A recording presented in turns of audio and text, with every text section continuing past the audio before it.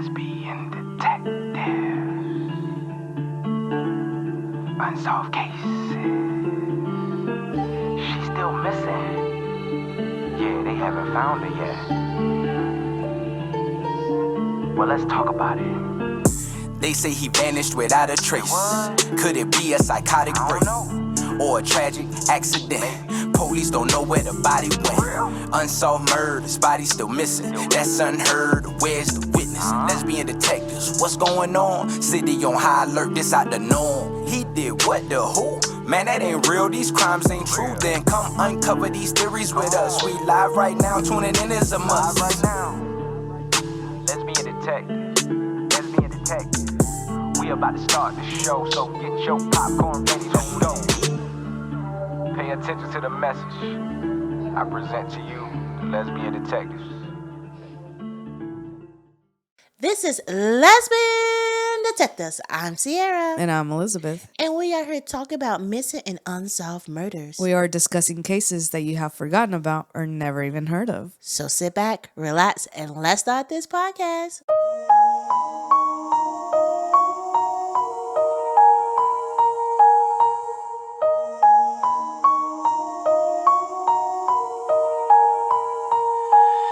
Welcome back, everybody. My wife is back. She's back. I didn't get COVID. My daughter didn't get COVID. So thank you who all pray for our health because we needed it. But it was a long couple days.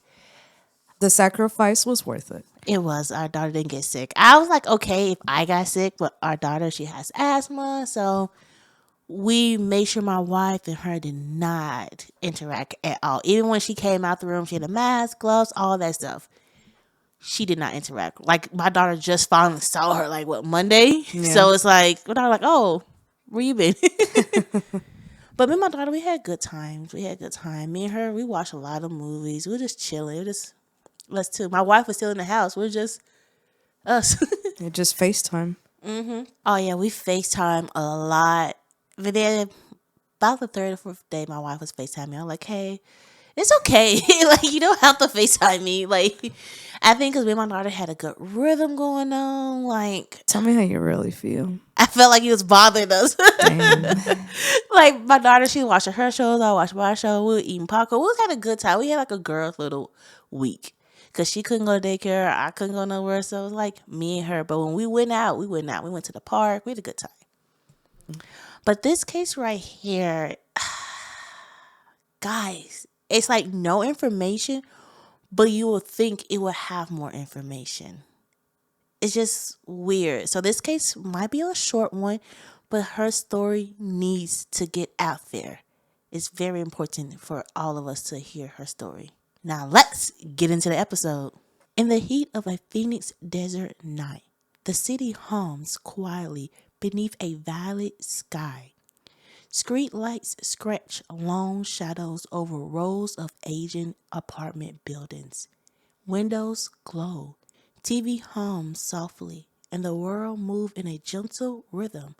Life is ordinary, safe, or at least that's what everyone believes. But in the summer of 1986, one modest apartment will become the center of horror. A place where the sense of safety shattered in an instant. Behind one closed door, something unspeakable unfolded. Something so violent and personal that it left the detectives shaken and neighbors afraid to sleep. Inside that apartment lived a young woman in her early 20s, quiet, polite, steady in her routine. She worked, she kept to herself, she lived simply. Nothing about her life hinted at danger. Nothing suggested that she had enemies. And yet, one night, someone slipped into her sanctuary and turned her home into a scene of unimaginable brutality. What happened inside those walls has haunted Phoenix for decades.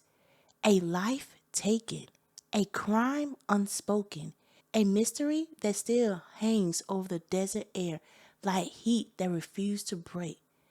This is the story of a young woman whose final moments were marked by unimaginable violence and whose unanswered questions still echo louder than the city quiet hum.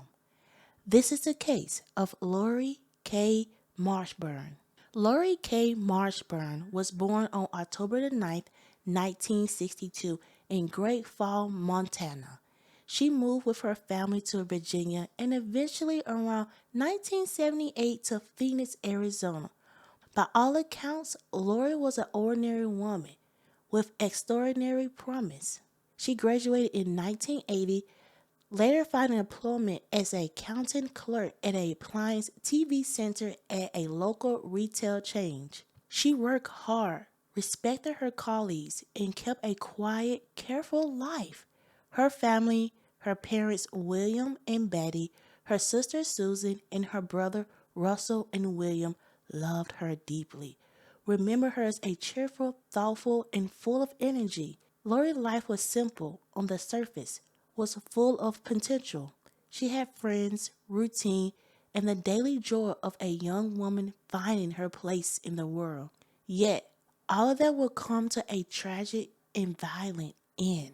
Lori was in her 20s. Friends and neighbors remember her as quiet, but friendly, someone who kept to herself, yet smiled often and greeted everyone she passed.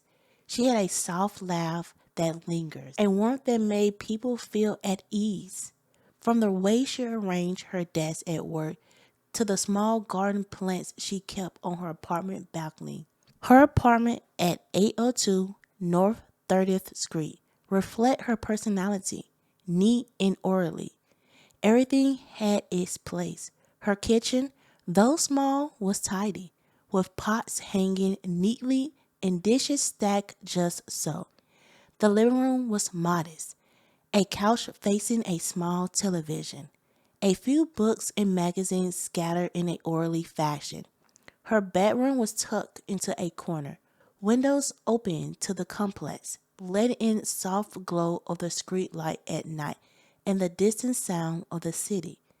Every detail of her home spoke of a young woman who cared about her surroundings, who created order and comfort in her personal space. On January the 7th, Lori went about her routine. Perhaps she cooked herself a simple dinner, maybe watched TV or flipped through a book she borrowed from a coworker. Perhaps she sat at a small kitchen table, jotting down errands for the week, or thought about visiting her family over the weekend. But that evening, the routine of her life was about to be shattered. Something or someone was waiting in the shadow, patiently, silently. The first sign that something was wrong didn't come from screams or cries. It came from an eerie absence. The neighbors, who were used to the quiet sounds of her life, the hum of a fan, the shuffle of paper, or the faint noise of music from her stereo, noticed nothing. The windows were dark, the apartment unusually silent. Concern turned to uneasy. People knocked, called out, tried the door. No response. Anxiety grew. Eventually, calls were made. The authorities were notified. Emergency responders arrived. The faint flash of red and blue lights casting harsh shadows across the apartment walls. What they found was unimaginable. Lori had been stabbed 14 times. Her wounds concentrated on her head and neck. The violence was not random. It was personal, savage, and intimate. Every stab told a story of anger, obsessions, or a rage that went unchecked. The apartment, her safe haven, had become a chamber of horror. Some reports suggested the knife used may have been from her own kitchen. If true, it was not just murder. It was a violation of her home and her sanctuary, a twisting of the familiar into something terrifying. The sheets, the carpet, the small corner of her apartment that had been once her private world now bore witness to the brutality. The news spread slowly at first, whispered among neighbors and coworkers. Shock and disbelief rippled through the community. People looked over their shoulders, questioned everyone who came and went, and wondered how such a violent act could happen so quietly. In broad daylight, hours turned dark only by the moon. How could someone so meticulous, so ordinary, be the target of such rage? And perhaps most chilling of all, who would do this and vanish without a trace? The apartment complex, once a place of routine life, became a space of fear and suspicion. Neighbors recalled the subtle details, the creak of the stairs late at night, shadows that didn't seem quite right, a feeling of being watched that they would never fully shake. Laurie's death was not just a tragedy, it was a reminder that danger could slip in silently, unannounced, and leave devastation in its wake. Laurie's murder, brutal and shocking as it was, did not occur in isolation. The same neighborhood that once seemed ordinary and safe, in the years that followed, rocked by further acts of horrific violence. The apartment complex at 802 North 30th Street, once a place of routine and quiet lives, seemed to harbor a dark shadow that lingered long after Laurie's death. In 1988, just 2 years after Laurie was killed, another young woman, Sarah Clark, was murdered within the same complex. Her case was disturbingly similar in its brutality. Sarah had been sexually assaulted and stabbed to death. The parallels between the two murders were impossible to ignore. For residents of the complex, a sense of fear settled like dust. If such violence could strike one young woman, it could strike another at any time. Then, barely a year later, in July 1989, the wave of violence crept further through the city. Lara Hunding, another young woman, was raped and murdered in her apartment on the 4800 block of East Willetta Street, just a short distance away. The pattern of attacks was chilling. Young women living alone in a small apartment unit, targeted within their homes, facing the most intimate, invasive form of violence imaginable. The city began to whisper. Neighbors became hyper aware of footsteps in the halls, shadows, and in the stairwells, and strangers loitering where they shouldn't. Investigators worked tirelessly to piece together these cases. Their efforts eventually led to an arrest. Mario P., only 16 at the time of Sarah Clark's murder, was convicted when evidence, including DNA, linked him to the crime. Similar, Cordelius Love was convicted for the murder of Laura Hunding. Both men were sentenced to life in prison, removed from the streets, justice served for the lives they had destroyed. And yet, amid these convictions, there remained a glaring omission. Laurie Kay Marshburn's case was never connected to either of these men. Phoenix police made no public statement suggesting any link. He murdered so violently and personal, remained untouched by the breakthroughs that solved Clark and Hounding's murders. The case went cold. The question persisted.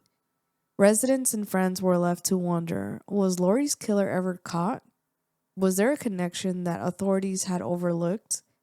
Or had she fallen victim to a perpetrator who remained hidden, watching, waiting, and unaccountable? Her murder was quietly filed away, overshadowed by other crimes. Yet the memory of her death continued to haunt those who knew her. In a city where justice had been delivered for some, Laurie's story remained unfinished, her case unresolved, her killer unknown. A chilling reminder that even amidst solved crimes, some mysteries persist in the shadows. We may never know the full story. Was it someone she knew? Was it a stranger? Was there a connection to the other murders in the area? The brutal overkill and personal nature of the crimes suggests someone angry, obsessed, or dangerously unstable. Yet the trail runs cold. Laurie Kay Marshburn's murder is more than a crime. It's a haunting mystery, a reminder of the lives that can be stolen in silence, and the questions that sometimes outlive the answers. Her name deserves to be remembered. Her story deserves to be told. And perhaps one day, justice will finally catch up with the darkness that stole her life. Before we end this case, let's remember the young lady that was killed. Laurie Kay Marshburn was more than a case number, more than a police report, more than the violence that ended her life. She was a young woman in her 20s, figuring out adulthood, one quiet day at a time. She kept a tidy home. She smiled at her neighbors.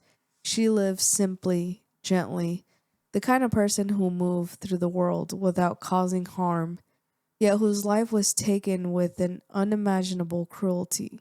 And somehow, in a neighborhood shaken by multiple murders, Laurie's case is the one that slipped through the cracks.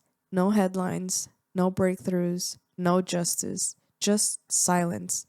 The same silence that had made her neighbors worry. But silence doesn't mean she should be forgotten. Laurie deserves more than what happened to her. She deserved a life that continued, friends who stayed close, dreams that grew with her. She deserved birthdays she never reached, holidays she never saw, ordinary days she never got to live. Someone out there knows what happened in that small apartment on North 30th Street. Someone carries the truth of those final minutes. And until the truth surfaces, until justice finds its way to Laurie's story, her case remains open in more ways than one. For Laurie, for her family, for the life she should have had. We say her name because remembering her is the only thing time can't take away. This is the case of Laurie Kay Marshburn. Now let's get into some theories. Theories. Let's get into some theories. Let's get into some theories. Everyone is a suspect until proven guilty. Let's get into some theories. Lesbian detectives. What type of thoughts you thinking? What theories running through your mind? I'm thinking all types of suspicion. Uncover the truth, what we can find. Witness say they saw somebody creeping out the back door. What you think they did it for? That's so crazy, I'm not sure. They found a car, where could she be? Here go another puzzle piece. Researching through your history. It's plenty unsolved mysteries. Everyone is a suspect until proven guilty. Let's get into some theories, yeah. Let's get into some theories. Let's get into some theories. Everyone is a suspect until proven guilty. Let's get into some theories. Lesbian detectives. You or me? Go ahead. This case it's a doozy. I feel like I say that a lot, but like this one is because there's no information. When I was like researching this case, I couldn't find nothing. I'm like, okay, let me ask my friend. He's like a journalist and he's in Arizona, so he can look up a lot of articles. And he's like, oh yeah, I know this case. There's nothing out there. I'm like, wait a minute. You have nothing? He sent me like 2 little article, guys. 2. I will post it on our social medias. It's just this small. Like there's nothing. And I'm like, okay, should I do this case? Should I not? But I'm like, you know what, Lori, I did the case. And let me just say, whatever they was living at, like these young women, was not, like it was safe because I look up the apartments. It was a safe neighborhood. But it really wasn't because 3 young women got killed back to back to back. And crazy thing, none of their cases kind of go together. You got Sarah, her person was 16 years old. He was 16 killing this grown woman. Then you have another young lady got unalive too. I'm like, Lord. And I'm like, was it a serial killer? But they have DNA evidence for the other 2 cases. And none of them really connected with Laurie case. So I'm like, so was it a serial killer? Was it not a serial killer? Because the young boy that unalived Sarah in that same apartment complex, he was 16 at the time he unalived Sarah. Right. So she was unalive 2 years before Laurie. So that make him 14, I'll say 14 or 13 because, you know, when his birthday land. So I'm like, I'm shocked that first of all he was that young unaliving people, but people sometimes they start young. So I wonder if he was being trained by somebody, if you get what I'm saying. Because what if a older man was trying to, let's be honest, showing him the ropes? Like they saw like what kind of evil this boy was having. He like, okay, let me take him under my wing. So what if he went with this older man to unalive Laurie? And that's why they didn't have no DNA. They have nothing. It's just, man, like 3 women back to back. Because I'm like, I don't know. I'm stuck on, is it a serial killer?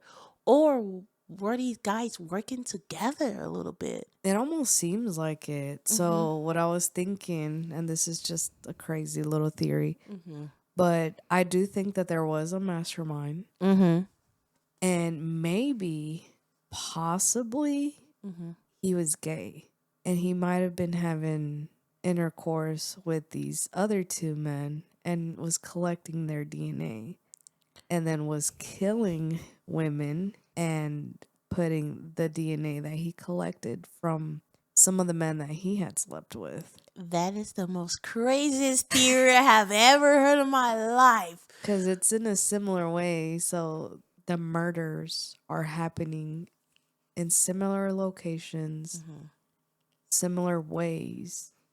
And there's like a hate, you know? And the only odd thing is the DNA. That's the only difference. The first one, they didn't get caught, but then maybe to just put a little extra layer of protection, what if you use somebody else's DNA so it won't come back to you? Yeah. I'm going to let you have that one. Okay. Or Lori's life seemed quiet. Nobody really knew her. She was just like very an introvert. She was very to herself, shy, say hi, bye, that's it. What if she was dating somebody that was married and she was like, hey, like she tried to end it. And, you know, because they said the attack was very personal. Like the weapon might have been her own kitchen knife. So what if like they arguing and he got mad and she like, what if they had an argument and she was like, I'm going to tell your wife. You know, they always get the man mad. I always get him mad. Let me tell you some girls, all right? If you're the side piece, do not tell him you would tell the wife because I always get you unalive. Don't say that. Just like let him go. Text the wife. I don't know what to do, but just let you know the side piece I always get unalive. Oh, this is, I don't know. But well, she said, I'm going to tell your wife. And he got mad like, you're not going to tell my wife. You're not going to mess up my life. And then he got the knife and just stabbed her because the neck, the head, like that's personal. What does that murder have to do with the other 2? Well, we don't If know. it's not related. Well, we don't know. The police never figure out how these murders are related. It just was in the same neighborhood. But the crazy thing about these murders didn't have the same person. They had different ones. So it's like, are these cases related? We don't know because let's be honest, the police didn't look into Laurie case. They didn't have it. They didn't have the technology. They didn't have nothing. They didn't care. I'm telling you, her page, look up her name, guys. You will see there's nothing on her case. 2 little articles. That's it. Not even a big one. Not even a full page. It's just a paragraph. That's it. One of it's like when she was buried, like her letting people know, like, hey, you go to the funeral. And the other one's like she was found like in her apartment. That's it. It's just sad. And I wonder if the police now, like we have so much technology, we have everything that they need. Can they look now to see who might have done this to her? I mean, cold cases, unit in Phoenix, Arizona. Look into this case. New eyes.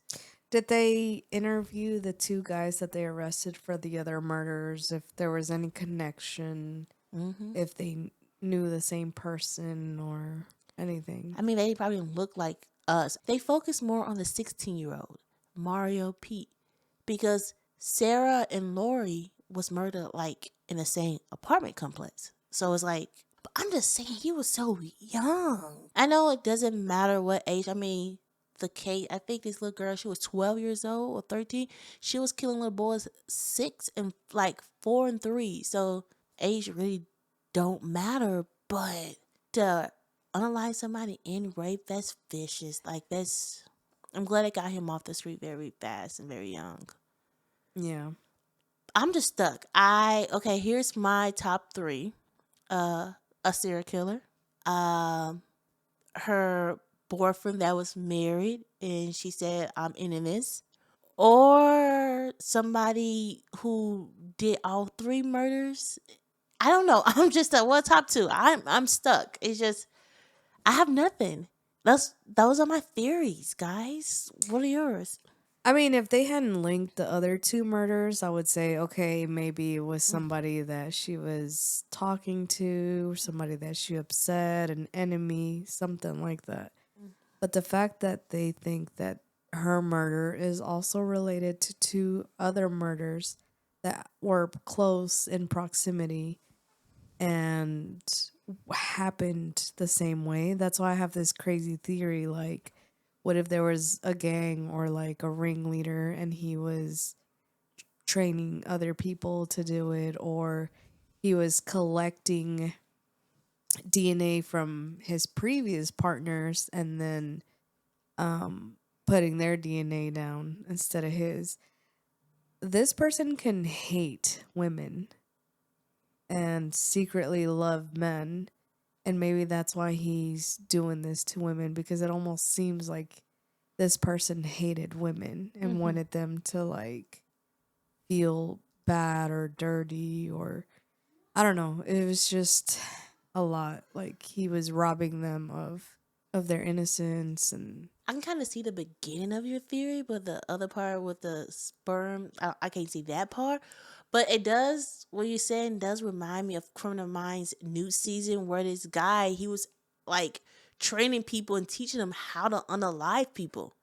Like they had a whole app and Discord. He was teaching them like, hey, this is how you get away with murdering somebody. So I can kind of see that train of thought. I can kind of see that, but the other one, like, you lost me. I think I'm like trying to merge like Jeffrey Dahmer, that he was gay, but he was also a serial killer. I don't know if he ever targeted women, but it could be an option. And then I'm also linking that new documentary from Netflix, Monster, the Ed Gein story. Like his mom had him so traumatized, but he had like these sexual fantasies and all that good stuff. So I don't know if I'm just kind of mixing the 2. I need to watch them. That sounds kind of good. Yeah, we should. Guys, we stuck. We're stuck. So let us know, what do you think happened to her? Are these cases connected? Is it a leader out there controlling them? Is it because she was a side piece and he unalived her because she was going to tell the wife?